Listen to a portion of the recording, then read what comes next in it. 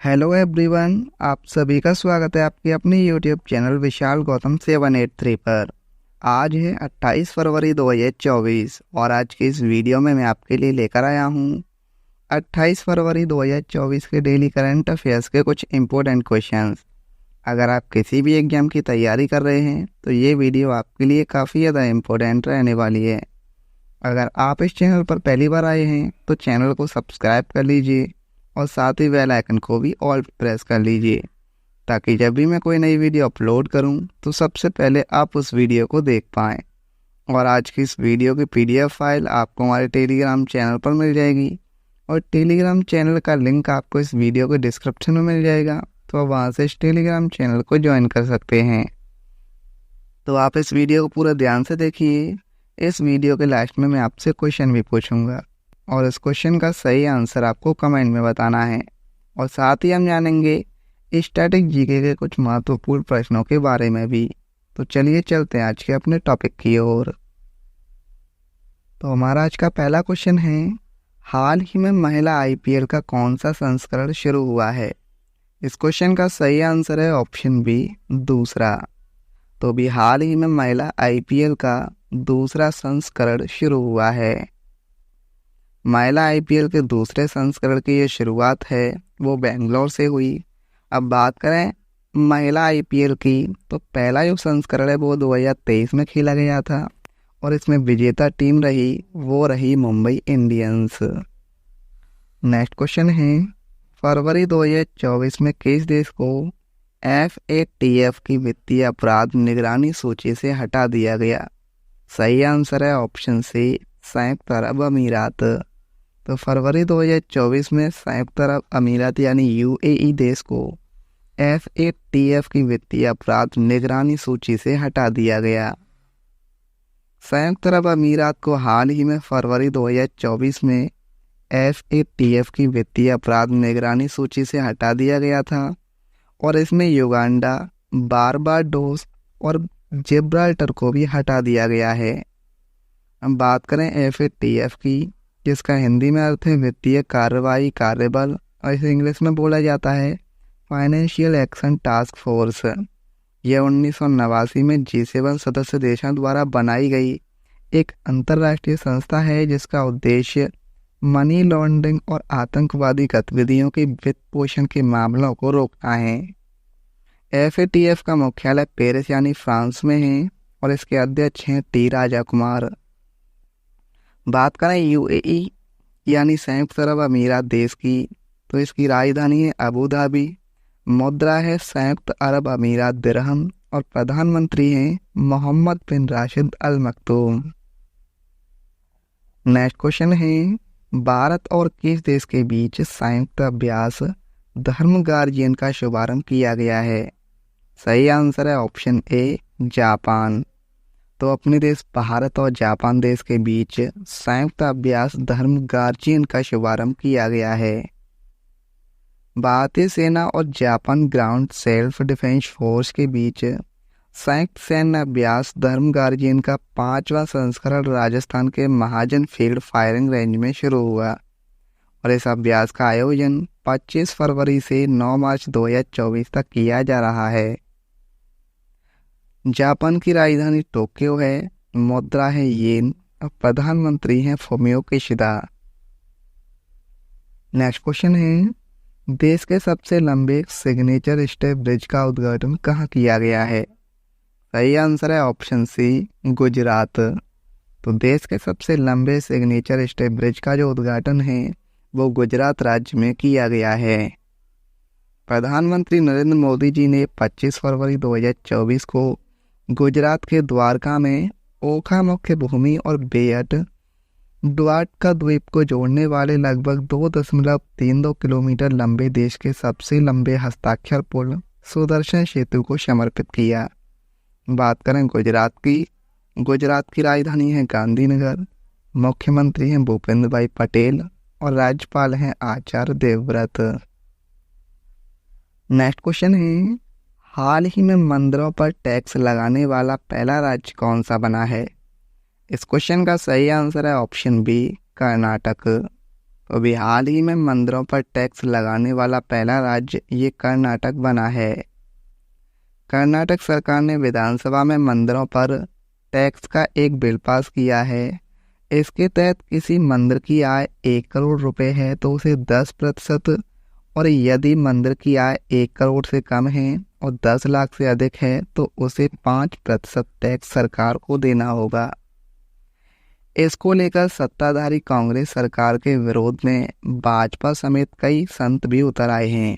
हालांकि कांग्रेस ने बिल का बचाव करते हुए कहा है कि राज्य में 40 से 50 हजार पुजारी हैं जिनकी सरकार मदद करना चाहती है। कर्नाटक राज्य की राजधानी बेंगलुरु है। मुख्यमंत्री सिद्धारमैया और राज्यपाल हैं थावरचंद गहलोत। नेक्स्ट क्वेश्चन है, हाल ही में केंद्रीय मंत्री धर्मेंद्र प्रधान ने राष्ट्रीय उद्यमिता विकास परियोजना का उद्घाटन किस राज्य में किया है?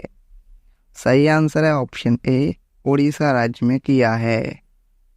हाल ही में केंद्रीय मंत्री धर्मेंद्र प्रधान ने उड़ीसा के संबलपुर में राष्ट्रीय उद्यमिता विकास परियोजना का शुभारंभ किया है। इस पहल का उद्देश्य डिजिटल स्वनिधि योजना को बढ़ावा देना है और इसे 9 शहरों में शुरू किया गया है: भोपाल, कानपुर, इंदौर, वाराणसी, भरतपुर, शिलांग, सिलचर, डिब्रूगढ़ और गुवाहाटी में। नेक्स्ट क्वेश्चन है, भारत का सबसे बड़ा हरित हाइड्रोजन उत्पादन केंद्र कहाँ स्थापित किया जाएगा? सही आंसर है ऑप्शन सी, विशाखापट्टनम। तो भारत का सबसे बड़ा हरित हाइड्रोजन उत्पादन केंद्र ये विशाखापट्टनम में स्थापित किया जाएगा। एनटीपीसी ग्रीन एनर्जी लिमिटेड द्वारा आंध्र प्रदेश के विशाखापट्टनम में भारत का सबसे बड़ा हरित हाइड्रोजन उत्पादन केंद्र स्थापित किया गया और इसका उद्देश्य भारत को ऊर्जा के क्षेत्र में आत्मनिर्भर बनाना है। अभी 2023 में ग्रीन हाइड्रोजन पर अंतर्राष्ट्रीय सम्मेलन हुआ नई दिल्ली में। भारत का पहला शुद्ध हरित हाइड्रोजन प्लांट असम में शुरू हुआ। भारत का पहला बायोमास आधारित हाइड्रोजन प्लांट मध्य प्रदेश खंडवा जिले में शुरू हुआ। हाइड्रोजन संचालित ट्रेन शुरू करने वाला एशिया का पहला देश चीन है। नेक्स्ट क्वेश्चन है, पाकिस्तान देश के नए प्रधानमंत्री कौन होंगे? सही आंसर है ऑप्शन ए, शहबाज शरीफ। तो शहबाज शरीफ जो हैं वो पाकिस्तान देश के नए प्रधानमंत्री होंगे। पाकिस्तान में नवाज शरीफ के चौथी बार प्रधानमंत्री बनने की रूपरेखा तैयार हो गई थी, लेकिन उन्होंने पीछे हटते हुए छोटे भाई पूर्व प्रधानमंत्री शहबाज शरीफ को PMLN की ओर से प्रधानमंत्री पद के लिए नामित किया है। बात करें पाकिस्तान देश की, पाकिस्तान की राजधानी है इस्लामाबाद और पाकिस्तान की मुद्रा है पाकिस्तानी रुपया। नेक्स्ट क्वेश्चन है, हाल ही में 2024 में 5 नई रामसर साइटें जोड़ने के बाद भारत में कितनी रामसर साइटें हैं? सही आंसर है ऑप्शन ए, 80। तो हाल ही में 2024 में 5 नई रामसर साइटें जोड़ने के बाद अपने देश भारत में 80 रामसर साइटें हैं। हाल ही में 2024 में 5 नई रामसर साइटें जोड़ने के बाद भारत में अब 80 रामसर साइटें हैं। इसमें 2 वेटलैंड तमिलनाडु के और 3 कर्नाटक के हैं। इसके साथ ही देश के 80 वेटलैंड को रामसर साइट का दर्जा मिल गया है और रामसर साइट में 16 वेटलैंड्स के साथ तमिलनाडु शीर्ष पर बना हुआ है। नेक्स्ट क्वेश्चन है, हाल ही में किस संगठन ने global initiative on digital health यानी GIDH लॉन्च किया है? सही आंसर है ऑप्शन सी, विश्व स्वास्थ्य संगठन। तो हाल ही में विश्व स्वास्थ्य संगठन ने global initiative on digital health launch किया है। हाल ही में विश्व स्वास्थ्य संगठन यानी WHO ने डिजिटल स्वास्थ्य पर वैश्विक पहल की शुरुआत की है। यह देशों के बीच ज्ञान और डिजिटल उत्पादों को साझा करने के लिए एक मंच के रूप में काम करेगा। बात करें WHO की, WHO का पूरा नाम है वर्ल्ड हेल्थ ऑर्गेनाइजेशन। इसकी स्थापना हुई थी 7 अप्रैल 1948 को मुख्यालय इसका जिनेवा स्विट्जरलैंड में और अध्यक्ष हैं Tedros Adhanom Ghebreyesus. Next question है, केंद्रीय सतर्कता आयोग में नए सतर्कता आयुक्त के रूप में किसे नियुक्त किया गया है? सही आंसर है ऑप्शन बी एएस राजीव। तो केंद्रीय सतर्कता आयोग में नए सतर्कता आयुक्त के रूप में एएस राजीव को नियुक्त किया गया है। राष्ट्रपति द्रौपदी मुर्मू ने एएस राजीव को केंद्रीय सतर्कता आयोग में सतर्कता आयुक्त नियुक्त किया है। केंद्रीय सतर्कता आयोग एक शीर्षस्थ सतर्कता संस्थान है जो किसी भी मंत्रालय विभाग के अधीन नहीं है। यह एक स्वतंत्र निकाय है जो केवल संसद के प्रति उत्तरदायी है और इसकी स्थापना हुई थी 1964 में। नेक्स्ट क्वेश्चन है, हाल ही में त्रिपक्षीय अभ्यास दोस्ती 16 का आयोजन कहाँ किया गया? सही आंसर है ऑप्शन बी मालदीव। तो भी हाल ही में त्रिपक्षीय अभ्यास दोस्ती 16 का आयोजन ये मालदीव देश में किया गया। इस अभ्यास में भारत, मालदीव और श्रीलंका तीनों देश शामिल हैं। इस द्विवार्षिक अभ्यास कार्यक्रम को दोस्ती नाम दिया गया है और ये इस अभ्यास का 16वां संस्करण है और इसलिए इसे दोस्ती 16 नाम दिया गया है। बात करें त्रिपक्षीय तटरक्षक अभ्यास दोस्ती के बारे में, तो भारत और मालदीव के बीच 1991 में शुरू हुए दोस्ती अभ्यास का उद्देश्य आपसी परिचालन क्षमताओं को बढ़ाना और समुद्री आपात स्थितियों में सहयोग को बढ़ावा देना है। बात करें मालदीव की राजधानी है माले, मुद्रा है मालदीवियन रुपया और राष्ट्रपति है मोहम्मद मोइज़ू।